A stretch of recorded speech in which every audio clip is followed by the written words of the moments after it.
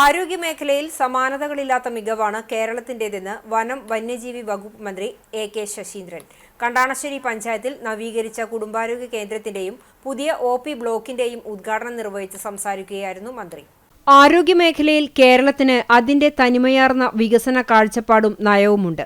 സംസ്ഥാനം ഉണ്ടായതു മുതൽ മാറി മാറി ഭരിച്ച ഗവൺമെന്റുകൾ പല പരിഷ്കാരങ്ങളും ഈ മേഖലയിൽ വരുത്തിയിട്ടുണ്ട്. പക്ഷേ ഒരു ആരോഗ്യനയം മുന്നിൽ വെച്ചുകൊണ്ട് നാം എവിടെയാണോ നിൽക്കുന്നത്, എങ്ങോട്ടേക്കാണ് പോയിക്കൊണ്ടിരിക്കുന്നത്, എവിടെയാണ് എത്തേണ്ടത്, ഈ ലക്ഷ്യബോധത്തോടെ കൂടി ജനകീയാസൂത്രണ പ്രവർത്തനങ്ങൾ ആരംഭിക്കുന്ന കാലം മുതലാണ് കേരളം ചർച്ച ചെയ്തു തുടങ്ങിയത്.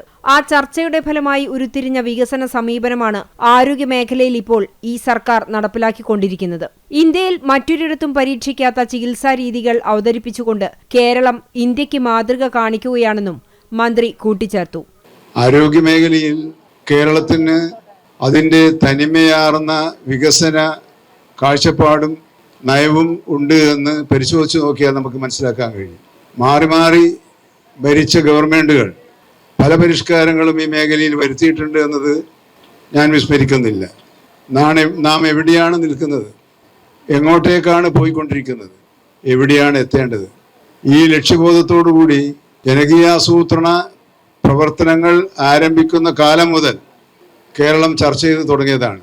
ആ ചർച്ചയുടെ ഫലമായി ഉരുത്തിരിഞ്ഞ വികസന സമീപനമാണ് ആരോഗ്യമേഖലയിൽ ഇപ്പോൾ ഈ സർക്കാർ നടപ്പിലാക്കിക്കൊണ്ടിരിക്കുന്നത്. ഇന്ത്യയിൽ മറ്റൊരിടത്തും പരീക്ഷിക്കാത്ത ചികിത്സാ രീതികൾ അവതരിപ്പിച്ചുകൊണ്ട് കേരളം ഇന്ത്യക്ക് മാതൃക കാണിക്കുകയാണ്. മുരളി പെരുന്നെല്ലി എം.എൽ.എ. അധ്യക്ഷനായി.